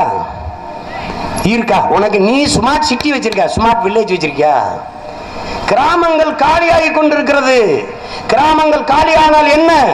அங்கிருந்துதான் நகரத்தில் வாழ்கிற மக்களுக்கு பால், முட்டை, கறி, மீன், காய்கறி, கத்தரிக்காய், வெண்டைக்காய், சொரக்காய், அரிசி, பருப்பு, கீரை எல்லாம் கிராமங்களில் இருந்து வந்தது. கிராமங்கள் காலியானால் இவன் பட்னி கிடந்து செத்து போவான். அப்ப கிராமங்கள் காலியாகாமல் நகரங்கள் பிதுங்கி வழியாமல் பாதுகாக்க என்ன வழி இருக்கு? அந்த திட்டத்தை வைத்திருக்கிற ஒரே கட்சி இந்தியாவில் நாம் தமிழர் கட்சி மட்டும்தான். ஒருத்தனுக்கு தெரியாது. சிற்றூர்களின் பொருளாதார வளர்ச்சியை, கிராமப்புறத்தின் பொருளாதாரத்தை வளர்த்து எடுக்காமல் ஒரு தேசத்தின் பொருளாதாரத்தை சமவெளியில் வளர்த்து எடுக்க முடியாது. இது தெரியுமா? சுப்பிரமணிய சாமி அந்த கட்சிகளே ஒரு நாரதர் இருக்கிறார், அவரே சொல்றாரு, அருண் ஜேட்லிக்கும் மோடிக்கும் எக்கனாமிக்ஸ்னா பொருளாதாரம்னா என்னன்னு தெரியாதுன்ட்டு. இவங்க தான் ராத்திரியில பணம் செல்லாதுங்கிறாங்க, ஜிஎஸ்டிங்கிறாங்க. நாங்க வரி தாரோம் ராஜா, 28 விழுக்காடு தாரோம், 30 விழுக்காடு கூட தாரோம். நீ வரி போடுறதுக்கு முன்னாடி கடையில வியாபாரம் நடந்துச்சு, காலையில வந்து பார்த்தா கடை விற்பனைக்குன்னு எழுதியிருக்கு. அதுக்கு முன்னாடி அதுக்குள்ள பொருள் வித்துக்கிட்டு இருந்தான், அப்புறம் கடையே விற்பனைக்கு வந்துருச்சு. அது உன்னுடைய திட்டம். இந்த ஜிஎஸ்டிங்கிறது என்ன தெரியுமில்ல? பொருளாதாரத்தில் பல படிநிலைகள் இருக்கு. வணிக பொருளாதாரம், சேவை பொருளாதாரம், உற்பத்தி பொருளாதாரம். அதுல இவன் பொருளாதாரம் அடாவடி பொருளாதாரம். இந்த ஜிஎஸ்டி அடாவடினா என்ன? நான் ஒரு விவசாயி, வாழை மரம் வைப்பேன், அதுக்கு தோகை கிழிச்சு விடுவேன், மண் நினைச்சு விடுவேன், உரம் போட்டு விடுவேன், தண்ணி விட்டு விடுவேன், வாழை தார் விடும். நாளைக்கு அறுக்கலான்னு வீட்டுக்கு போவேன், குரங்கு யானை வந்து தின்ட்டு போயிடும். இது எந்த வேலையும் செய்யல இந்த குரங்கு. ஆனா என் வாழைப்பழத்தை தின்ட்டு போயிடுச்சு பாருங்க, அதான் இவன் ஜிஎஸ்டிக்காரன். நான் கடை வைப்பேன், ஆத்தா தாலியை வச்சு, பொண்டாட்டி கொலுசை வச்சு, மூக்கத்தியை வச்சு, உழைச்சு, கடையை வச்சு வியாபாரம் பண்ணுவேன். எப்படி? அவன் வரின்னு எடுத்துட்டு போயிடுவான். நான் என்ன சொல்றேன், வரியை என்கிட்ட கொடுத்துட்டு லாபத்தை எடுத்துக்க, ஒரு பிரச்சனை இல்லை, ஒரு பிரச்சனை இல்லை. வரியை எடுத்துக்கொண்டீர்கள்ல, உங்க நிதிநிலை அறிக்கையில, உங்க பட்ஜெட்ல என்னவாக திருப்பி எங்களுக்கு வந்திருக்கு? அந்த திட்டத்துல, இந்த வருமானத்துல என்ன நலத்திட்டம் வந்திருக்கு? கல்வி இலவசம், மருத்துவம் இலவசம், சாலை போடுதல், பராமரித்தல், நோ சுங்கச்சாவடி ஏதாவது இருக்கா? குடிநீர் இல்ல வேலை வாய்ப்பு ஒரு இலவம் இல்ல. பிறகு எதுக்கு உனக்கு வரி? இப்ப உங்க பிள்ளைகளை என்ன சொல்றோம்? 75 விழுக்காடு அந்தந்த மாநில மக்களுக்கு, அந்தந்த மாநில அரசுக்கே வரி. 25 விழுக்காடு பொது வரி மத்திய அரசுக்கு உனக்கு தருவேன். மீதி 75 நான் வச்சுப்பேன். இஷ்டம்னா அதை வாங்கிக்க, இல்லைன்னா அதை விட மொத்தமா நான் வச்சுட்டு தர மாட்டேன். இப்ப எங்கிட்ட அதிகாரம் இருந்துச்சுன்னு வச்சுக்கோ, நோ ஜிஎஸ்டி ராஜா. மக்களை திரட்டி வரி கூட இயக்கம் ஆரம்பிச்சிருவேன். வரி தர மாட்டேன், இவனால முடிஞ்ச பண்ணிக்க. நீ எனக்கு எதையும் தர வேண்டாம், நானே பார்த்துப்பேன். கஜா புயல்ல பாதி நாடு அழிந்தது, பிச்சை எடுத்து நின்னோம். நீ தந்தது என்ன? ஓகி புயல்ல செத்து மிதந்தோம், பிணத்தை கூட எடுத்து நீ தர வரல. நீ உனக்கு எதுக்கு வரி? எதுக்கு வரி? தானே புயல்ல, ஓகி புயல்ல, கஜா புயல்ல ஒரு பேரிடர் நிகழ்ந்து நாங்கள் அழிந்து நின்றாலும் ஒரு இழப்பீட்டு தொகை தர வக்கில்ல உனக்கு தர மாட்டேங்கிற. எடுத்துக்கொண்டு வச்சுக்கிட்ட ஓங்காசா ஏங்காசு. ஒரு இக்கட்டான நிலையில் கூட தன் குடிகளுக்கு தராத ஒரு காசு எதுக்கு உனக்கு கொடுக்கணும்? எதுக்கு கொடுக்கணும்? வேற மாதிரி இவங்களை கையாளன்னு வேற மாதிரி. இந்த மாதிரியா எதுக்கு எடுத்தாலும் மோடி தான் எங்க டேடின்னா சந்தேகமா இருக்கு இவங்களுக்கு. யாருக்கு பிறந்தாங்கன்னு தெரியல. அவன் சொல்லிட்டு இருக்கான், வெக்கம் இல்லாம மோடி தான் எங்க டேடி அப்படின்னா, இந்த பெத்ததாயை இதை விட இவனாவது கவலைப்படுத்த முடியுமா? இப்படியா? ஒரு அமைச்சர் என்னன்னா, நாங்கள் முதல்ல 1000 ரூபாய் பொங்கலுக்கு ரேஷன் கார்டில் கொடுத்துட்டோம், இப்போ 2000 கொடுத்துக்கிட்டு இருக்கோம். அப்போ 2.5 கோடி ஓட்டு, 2.5 கோடியில் அரை கோடியை தண்டா கூட 2 கோடி ஓட்டு. இப்போ 3000 கொடுத்தாச்சு ஓட்டுக்கு. அப்படின்னா 2 கோடி 40 உறுதி. மக்களுக்கு கொடுக்கல, ஓட்டுக்கு தான் காசு கொடுத்துருக்காங்க. மோடி 5 ஆண்டு ஆட்சியில விவசாய பத்தி கவலைப்படல. வீட்டு வாசல்ல அம்மனமா நின்று போறான், ஏற்று பார்க்கல. எலிய கடிச்சான், பாம்பை கடிச்சான், என்னென்னமா பண்ணி பார்த்தான், ஏற்று பார்க்கல. திடீர்னு பாசம் விவசாயி மேல. விவசாயி கஷ்டப்படுறான், இப்பதான் தெரியுது. 6000 வங்கியில போடுறேன், வங்கி கணக்கு கூட 2000 போடுறேன், மீதி 4000 அடுத்த முறை பிரதமராக்கு போடுறேன். எப்படி இருக்கு? சின்ன பிள்ளைய பிடிச்சு விளையாடுவாங்கல்ல ரோட்டு, அந்த கதையா இருக்கு விளையாட்டு. ஒரு நாட்டில் விவசாயி வாழாமல் வறுமையில் ஏழ்மையில் போய்விட்டான் என்றால் அந்த நாடு பிச்சைக்கார நாடு என்று பொருள். ஒரு நாட்டில் விவசாயி வாழ்கிறான் வளர்கிறான் என்றால் அந்த நாடு வாழுது வளர்கிறது என்று பொருள். ஒரு நாட்டில் விவசாயி வாழ முடியாமல் தற்கொலை செய்து சாகிறான் என்றால் அது நாடு அல்ல, சுடுகாடு என்று பொருள். இன்னைக்கு செய்தி விவசாயி சாகிறான், செய்தி பத்திரிகையில் செய்தி, தொலைக்காட்சியில் செய்தி. நாளை நாம் சோறாமல் சாக போகிறோம், அதுக்கு எச்சரிக்கை மணி, முன் அறிவிப்பது. விவசாயி கிட்ட இருந்தா எல்லாம் வந்துச்சு. அந்த விவசாயி கஷ்டப்படுறான், நீ காசு கொடுக்குற 6000, எம்பிட்டு நாளைக்கு 6000 கொடுப்ப. சரி, இந்த 6000 வச்சு என்ன செய்வான்? என்ன செய்வான்? ஒரு உழவு எந்திரம் வாங்கின ஒருத்த நாடு பாலுவை கட்டி வச்சு அடிச்ச காவல்துறை 9000 கோடியும் 11,000 கோடி 11,700 கோடியை கொண்டு போன நீரவ் மோடி என்ன பண்ணுச்சு? 9000 கோடி கொண்டு போன விஜய் மல்லையா என்ன பண்ணுச்சு? பீர் வித்தவனை தப்பிக்க விடுவ நாடு சோறு கொடுத்தவனை கட்டி வச்சு அடிக்குது. எவ்வளவு பெரிய முரண், எப்படிப்பட்ட கட்டமைப்பு! இவர்கள் காட்டுகிற வளர்ச்சி என்பது என்ன? பட்டினி கிடந்து நாமெல்லாம் செத்தால் கட்டையில் எரிக்காமல் கரண்ட்ல எரிப்பது வளர்ச்சி. இது ஒரு காட்டுகிற வளர்ச்சி. ஒரு பிச்சைக்காரன் கார் கண்ணாடியை தட்டுறான், டக்கு டக்குன்னு கண்ணாடி இறக்குது. ஒரு அம்மா, ஒரு பொம்பளை பிள்ளை, மணி நைகே ஒன்லி அ கார்டு, ஒன்லி கார்டுங்குது, நோ கேஷ் கார்டு. இவங்களுடைய டிஜிட்டல் இந்தியாவில், இவங்களுடைய கேஷ்லெஸ் எக்கனாமியில் கார்டு தான் இருக்குன்னு பையிலிருந்து காட்டுது. அவன் அந்த பிச்சைக்காரன் அவன் பையிலிருந்து ஸ்விப் மிஷின் எடுக்கிறான். நீ பாரு, நீ வாட்ஸ்அப்ல தட்டி பாருக்கான்னு பாரு. உடனே அந்த அம்மா சிரிச்சுக்கிட்டு சிக்குன்னு இழுத்து விடுது, காசு அவனுக்கு போயிருது. இதுக்கு பேர் என்ன? டெவலப். பிச்சைக்காரன் ஸ்வைப் மிஷின் வச்சு பிச்சை எடுப்பதல்ல வளர்ச்சி, பிச்சைக்காரனை இல்லாத ஒரு தேசத்தை உருவாக்குவதுதான் வளர்ச்சி. இந்த நாட்டின் 2 பேரும் பிரதம வேட்பாளர்கள், ஒருவர் ஐயா ராகுல் காந்தி, ஒருவர் ஐயா நரேந்திர மோடி. என் தேசத்தின் பிள்ளைகள், இளங்குழந்தைகள், பச்சிளங்குழந்தைகள் இரவு உணவில்லாமல் பசியோடு உறங்க செல்ல மாட்டார்கள், இது சத்தியம் என்று பேச முடியுமா உங்களால? 30 கோடி மக்கள் தேசத்தின் குடிகள் இரவு உணவில்லாமல் உறங்க செல்கிறார்கள் பட்டினியாக. ஆனால் நாடு வளர்கிறது, டெவலப். வல்லபாய் பட்டேலுக்கு 3000 கோடியில் சிலை, காலுக்கு கீழே பிச்சைக்காரன். இதுதான் இந்தியாவின் நிலை. என் அன்பு மக்கள் புரிஞ்சுக்கணும். இவங்களை மாறி ஒரு கேடு கட்டவங்களை நீங்க உலக வரலாற்றில் தேடினாலும் கண்டுபிடிக்க முடியாது. இவங்களை ஒழிக்கணும். காங்கிரஸ் விட்டா பிஜேபி, பிஜேபி விட்டா காங்கிரஸ், ரெண்டு பேரையும் விடுவோம். மம்தா பானர்ஜி வரட்டும், அம்மா மாயாவதி வரட்டும், தம்பி அகிலேஷ் வரட்டும், தம்பி பவன் கல்யாணம், நாங்க உங்க பிள்ளைகள் வென்று போறோம், எங்களுக்கு போடுங்க ஓட்ட, நாங்க போறோம். இதுவரை இல்லாத ஒரு அரசியல் மாற்றம் இந்திய நிலத்தில் நிகழும். சுழற்சி முறையில் பிரதமர் கேட்போம். ஒவ்வொரு தேசிய இனத்திற்கும் 5 ஆண்டு, 5 ஆண்டு நானு, 5 ஆண்டு கேரளா, 5 ஆண்டு ஆந்திரா, 5 ஆண்டு பீகார், அப்புறம் அப்படி கொடு. என்னடா இந்திய தாய்மொழியாக கொண்டவனே ஆண்டுகிட்டு இருப்பா தருமே, ஷாத்மே நேசன்மே, நாங்க ஒன்னும் புரியாம இப்ப கை கட்டி வரிய கட்டி நிக்கிறதா? நீ மட்டும்தான் இந்தியாவுக்கு போறானியா? இந்த நாடு நாடாவதற்கு முன்பு இருந்தே இந்த நிலப்பரப்பில் நிலைத்து வாழக்கூடிய பூர்வீக மக்கள் நாங்கள். இந்தியா என்கிற நாடு உருவாகி அது என்னைக்கு உருவாச்சு? அது இருந்ததில்லை, உருவாக்கப்பட்டுச்சு. அதுக்கு என்னைக்கு கொடி வந்துச்சு? ஆனால் இந்த நாடும் இந்த கொடியும் உருவாவதற்கு முன்பே கோட்டை கட்டி அரசாட்சி வச்சு கொடி கட்டி வாழ்ந்த கூட்டம் இந்த கூட்டம். நீ உனக்கிட்ட வந்து நான் கைகட்டி நிக்கணும். 50,000 ஆண்டுகளுக்கு மூத்த நான் 500 ஆண்டை கூட தொடாத இந்திக்கிட்ட அடிமையா வாழ தயாரா இல்லை. அதை நாங்க ஏற்க தயாரில்லை. ஒரே மொழி, ஒரே மதம், ஒரே நாடு. இந்தியா ஒரே நாடு கிடையாது, பல தேசங்களின் ஒன்றியம். இது என் தேசம், தமிழ் தேசம். அது அவன் தேசம், தெலுங்கு தேசம். அவனே கட்சி வச்சிருக்கான் தெலுங்கு தேசம்னே. அது கேரளா, மலையாளிகளின் நாடு. அது கர்நாடகா, அது கன்னடர்களின் நாடு. இந்தியா எங்க எல்லாருக்கும் சேர்த்து ஒரு ஒன்றியம், ஐரோப்பிய யூனியன் போல. நீ அதிகாரத்தில் ஒன்றை இருக்கிறனால கல்வி எடுத்துட்டு போயிட்ட, மருத்துவத்தை எடுத்துட்டு போயிட்ட. கல்வி அந்தந்த மாநில மக்களின் உரிமை. எனக்கு என் மொழி, என் கலை, என் இலக்கியம், என் பண்பாடு, என் வழிபாடு, என் வரலாறை காப்பது என் கடமை. நீ சிபிஎஸ்இ ஒரு பள்ளிக்கூடம் வச்சிருக்க, சிபிஎஸ்இ மத்திய அரசின் பாடத்திட்டம். என் தாய்மொழியை படிக்க வாய்ப்பு கொடுக்குறியா? அங்க சமஸ்கிருத, இந்தி கட்டாய மொழி. தமிழ் இருக்கா? அங்க வல்லபாய் பட்டேல படிக்க சொல்லுவ. என் தாத்தா மாவு சிதம்பரத்தை படிக்க வைப்பியா? அங்க சான்சராணியை சொல்லிக் கொடுப்ப. எங்க அப்பத்தா வேலுநாச்சியரை பத்தி சொல்லிக் கொடுப்பியா? என்ன சொல்லிக் கொடுப்ப நீ? அங்க வீர சிவாஜியை சொல்லுவ. அங்க எங்க பாட்டம் பூலித்தேவனையும் சின்னமலையும் படிக்க சொல்வியா? மருதுபாண்டியரின் சுந்தரலிங்கத்தை அழகுமுத்து கொலையும் கற்றுக் கொடுப்பியா?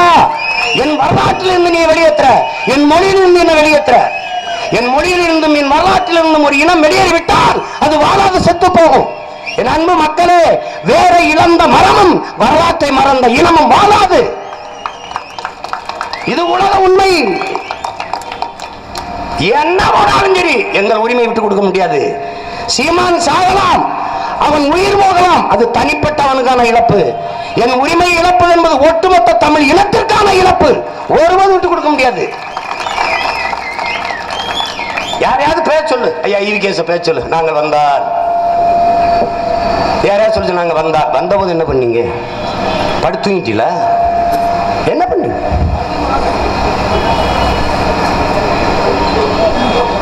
ஒழிக்க வேண்டும் இவர்களை.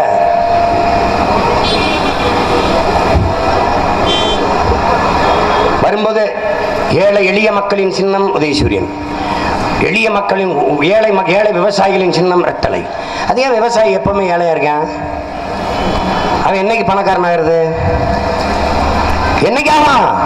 உங்கள் பிள்ளைகள்கிட்ட அதிகாரம் வரும்போது விவசாயி வாழுவான், வளருவான்.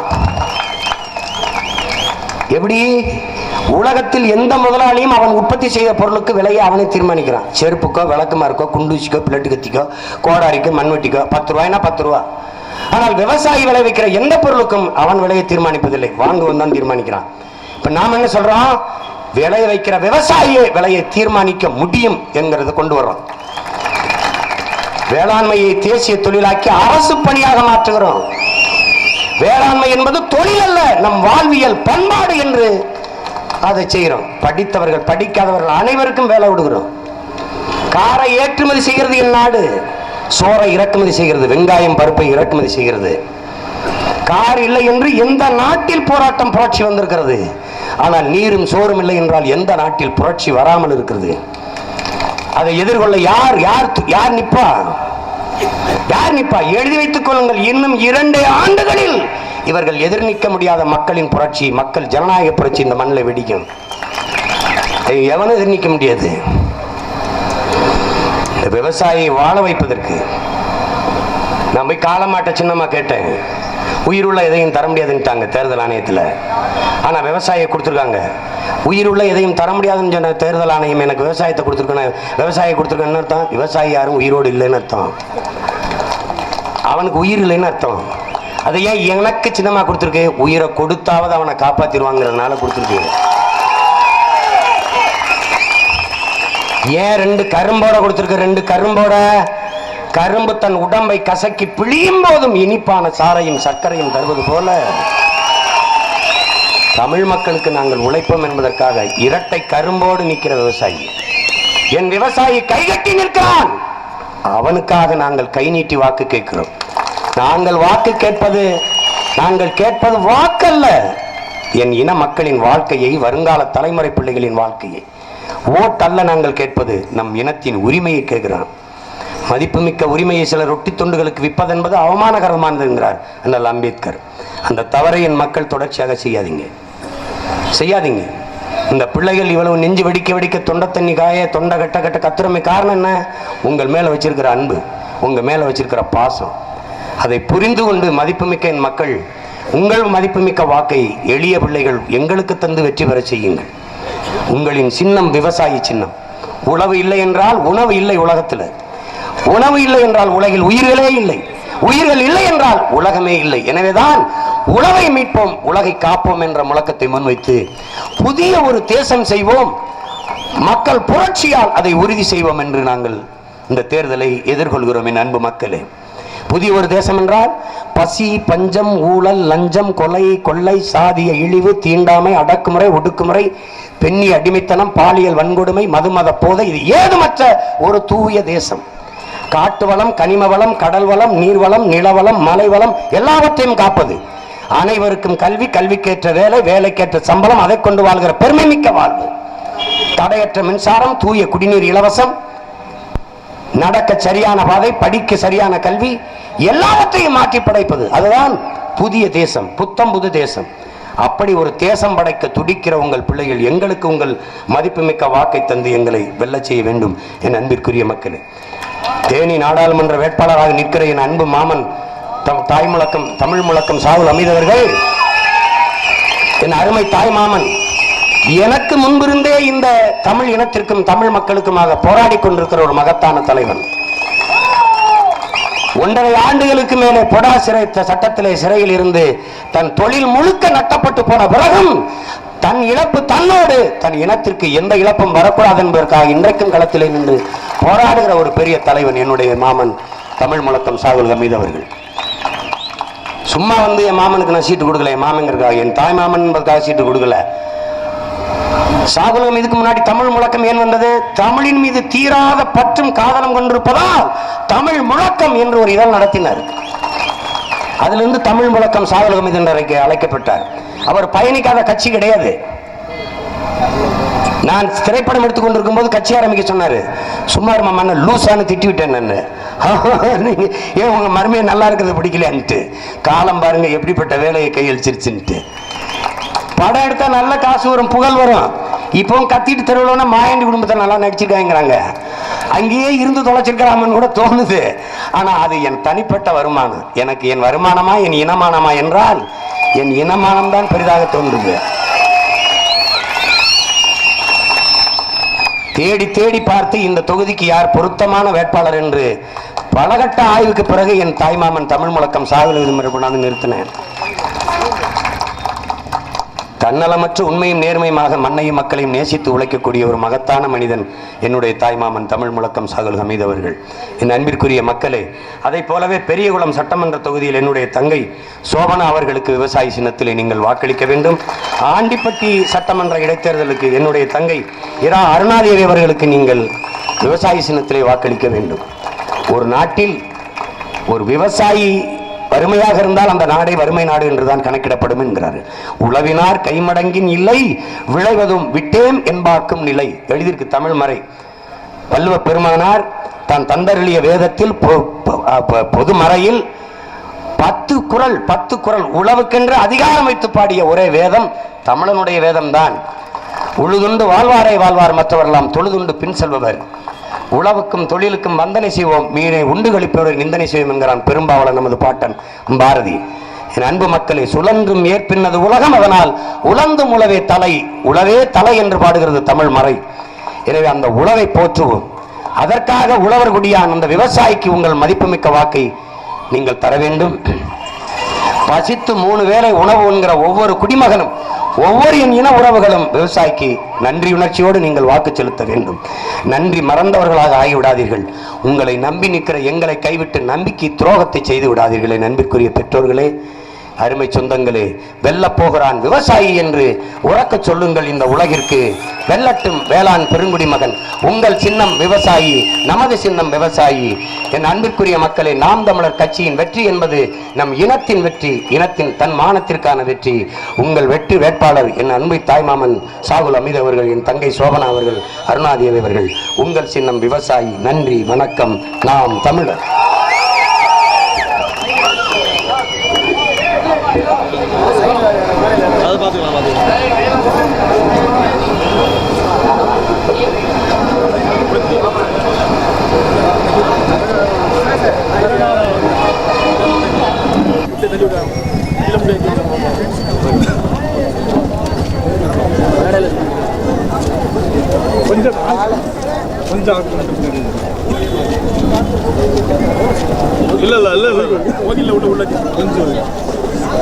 கொஞ்சம் வெளியில கொஞ்சம்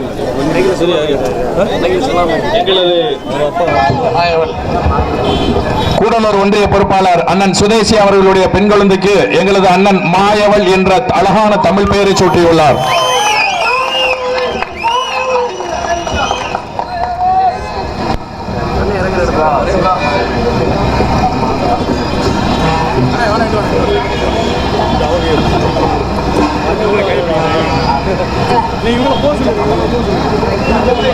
எங்களது தேனி மாவட்ட இளைஞர் பாசறை தம்பி செயலாளர் சிவா அவர்களுக்கு அழகினி என்று தமிழ் பெயர் சூட்டியுள்ளார், அமுதினி என்று தமிழ் பெயர் சூட்டியுள்ளார் எங்கள் அண்ணன் செந்தமிழன் சீமான். அதுபோக பெரியவளம் சட்டமன்ற தொகுதி வேட்பாளர் சோபனா அவர்களுடைய பையனுக்கு தமிழ் பெயர் சூட்டுகிறார் எங்கள் அண்ணன். பையனுக்கு ஆற்றல் அரசன் என்று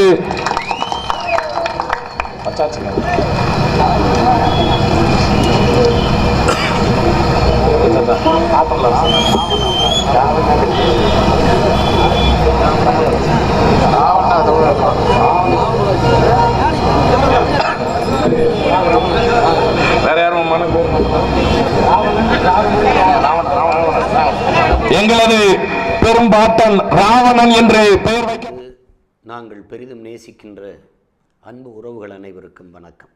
இந்திய நாடாளுமன்றத்திற்கான தேர்தலும் தமிழகத்தில் சட்டமன்றத்திற்கான இடைத்தேர்தலும் நடக்கவிருக்கிறது. ஏப்ரல் 18ஆம் தேதி அதற்கான வாக்குப்பதிவு நடக்க இருக்கிறது. இதில் நாம் தமிழர் கட்சி தனித்து 40 பாராளுமன்ற தொகுதிகளிலும் போட்டியிடுகிறது, 19 சட்டமன்ற இடைத்தேர்தலிலும் போட்டியிடுகிறது. 40 தொகுதிகளில் 20 பெண் வேட்பாளர்கள், 20 ஆண் வேட்பாளர்கள் என்று பாலியல் வேறுபாடற்ற சமத்துவத்தை நோக்கிய பயணத்தில் ஆணுக்கு பெண் சமம், பெண் விடுதலை இல்லையே மண் விடுதலை இல்லை என்கிற எமது தலைவரின் புரட்சி மொழிக்கு ஏற்ப பெண்ணடிமை தீர் மட்டும் பேசும் திருநாட்டில் மண்ணடிமை தீர்ந்து வருதல் முயல் கொம்பே என்ற புரட்சி பாவலரினுடைய புரட்சி வரிகளுக்கு ஏற்ப 20 தொகுதிகளை பெண்களுக்கு ஒதுக்கி போட்டியிடச் செய்கிறோம். இங்கே வாரிசுகள் களமிறங்கி போட்டியிடுவதை நீங்கள் கவனித்திருப்பீர்கள். நாங்களும் வாரிசுகள் தான். எளிய மக்கள், உழைக்கும் மக்கள், பாட்டாளி மக்கள், உங்களினுடைய வாரிசுகள் போட்டியிடுகிறோம். ஊடக வலிமையும் பொருளாதார வலிமையுமற்ற எளிய மக்கள் நாங்கள். கடந்த முறை தேர்தலில் இனமாகவும் பணமாகவும் எங்களோடு நின்று எங்களை வலிமைப்படுத்திய அன்பு மக்கள் இம்முறையும் தேர்தலில் போட்டியிடுவதற்கு நீங்கள் இனமாகவும் பணமாகவும் எங்களுக்கு துணை நின்று பேருதவி செய்ய வேண்டும் என்று அன்போடு உங்கள் அன்பு பிள்ளை சீமான் வேண்டுகிறேன். கடைசி கையேறு நிலையில் நிற்கிற தமிழ் சமூகம் மொழி இழந்து, இன உணர்வு, மான உணர்வு அழிந்து, இன்றைக்கு தாய் நிலத்தையே இழந்து வெளியேற்றப்படுகிற அவல நிலைக்கு தள்ளப்பட்டிருக்கிறது. 70 லட்சம் வட இந்திய வாக்காளர்கள் தமிழகத்திற்குள் வந்திருக்கிறார்கள் என்கிறார்கள். 1 கோடி பேரில் 70 லட்சம் பேர் வாக்குரிமை பெற்றிருக்கிறார்கள். எதிர்காலத்தில் இந்த நிலத்தின் அரசியலை அதிகாரத்தையே அவர்கள்தான் தீர்மானிப்பார்கள். அதிகாரம் அடுத்தவர் கைக்கு போகும்போது தமிழர்கள் தங்கள் தாய் நிலத்தில் அதிகாரமற்ற அடிமைகளாகி நிலமற்ற ஏதிலிகளாக கூலிகளாக மாறுகிற சூழல் உருவாகும். இந்த நிலையில் நின்று கொண்டிருக்கிற தமிழ் தேசிய மக்கள் ஈழத்தாயகத்தில் முற்றுமுழுதாக அழித்து ஒழிக்கப்பட்டு தாய் நிலத்தை விட்டு வெளியேற்றப்பட்ட தமிழின மக்கள், வேளாண்மை சிதைந்து அழிந்து போனது, நீர் மேலாண்மை என்கிற சொல்லே இங்கு இல்லை, நீர்வளம் முற்றுமுழுதாக சுரண்டப்பட்டு நிலம் வறண்டு போய்விட்டது, ஆறுகள் அத்தனை மரணித்து விட்டது, ஆற்றை முடித்துவிட்டு ஆற்று மணலை முடித்துவிட்டு இப்போது மலை மணல் என்று மலைகளை தகர்க்கிற பணி நடந்து கொண்டிருக்கிறது. நாடு ஏறக்குறைய பாலைவனமாக மாறிக்கொண்டிருக்கிறது. இந்த சூழலில் தமிழர்களின் வாழ்விடத்தை பாதுகாத்து வருங்கால தலைமுறைக்கு அதை விட்டு செல்கிற பெரிய பொறுப்பும் கடமையும் நம் ஒவ்வொருவருக்கும் கையளிக்கப்பட்டிருக்கிறது. இதை புரிந்து உணர்ந்து உங்கள் பிள்ளைகள் ஒரு வலிமைமிக்க அரசியல் படையாக மாற வேண்டும். அதை தவிர இந்த இனத்தின் பாதுகாப்பிற்கு வழியில்லை என்பதை உணர்ந்து நிற்கிறோம். எங்களுக்கு வலிமை சேர்க்க வேண்டியது உங்களின் ஒவ்வொருவருடைய பிறவி கடன். இதை புரிந்து தெளிந்திருப்பீர்கள். எனவே என் அன்பிற்குரிய உறவுகள், எளிய மக்கள் உங்களின் பிள்ளைகளாகிய எங்களுக்கு வலிமை சேர்க்கும் வாய்ப்பாக உங்களால் முடிந்த பண உதவியை செய்து இந்த 40 தொகுதியிலும் போட்டியிடுகிற வேட்பாளர்களை அவர்களை சிரமமின்றி களப்பணியாற்றுவதற்கு துண்டறிக்கை கொடுக்க, அவர்கள் சாப்பிட்டு கொண்டு பரப்புரை செய்வதற்கு ஆன உதவியை உங்களால் முடிந்த அளவுக்கு செய்யுங்கள் என்று அன்போடு கேட்டுக்கொள்கிறேன். நன்றி, வணக்கம். நாம் தமிழர். புரட்சி எப்போதும் வெல்லும். நாளை மலரும் நாம் தமிழர் அரசு அதை சொல்லும். இனம் ஒன்றாவோம், இலக்கை வென்றாவோம். இலக்கு ஒன்றுதான் இனத்தின் விடுதலை. நன்றி, வணக்கம்.